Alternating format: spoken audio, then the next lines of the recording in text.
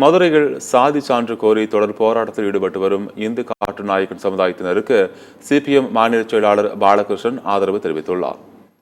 மதுரை மாவட்டம் பறவை பேரூராட்சியில் உள்ள சத்தியமூர்த்தி நகரில் சுமார் 8000 இந்து காட்டுநாயக்கன் சமூகத்தினர் வசித்து வருகின்றனர். சாதி சான்றிதழ் வழங்கப்படாததால் தங்களது குழந்தைகள் கல்வி கற்பதில் பிரச்சனை ஏற்படுவதாக இந்த சமுதாய மக்கள் தெரிவிக்கின்றனர். இதுகுறித்து மாவட்ட நிர்வாகம், அதிகாரிகள் ஆகியோரிடம் மனு அளித்தும் பயனில்லாததால் தொடர் போராட்டத்தில் ஈடுபட்டு வருகின்றனர்.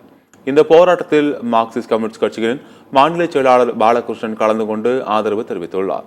மேலும் இந்து காட்டுநாயக்கன் சமுதாயம் மக்களுக்கு சாதி சான்றிதழ் வழங்க நடவடிக்கை எடுக்க வேண்டும் என அவர் வலியுறுத்தியுள்ளார்.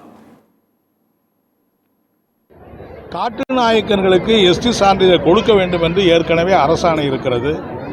தந்தைக்கு தாய்க்கு சான்றிதழ் இருந்தால் பிழைக்கிற பிள்ளைகளுக்கும் அந்த எஸ்டி சான்றிதழ் கொடுத்தாக வேண்டும் என்கிற அரசினுடைய வழிகாட்டு நெறிமுறை இருக்கிறது. ஒரு அரசாணையை மீறி ஒரு ஆர்டிஓ செயல்படுகிறார் என்றால் அவர் மீது நீங்கள் ஏன் நடவடிக்கை 10 நாட்களாக எடுக்கவில்லை?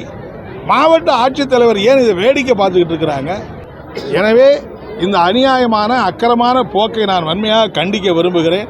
உடனடியாக அந்த மக்களுக்கு எஸ்டி சான்றிதழ் வழங்குகிற அந்த காரியத்தை செய்ய வேண்டும் என்று கேட்டுக்கொள்ள விரும்புகிறேன்.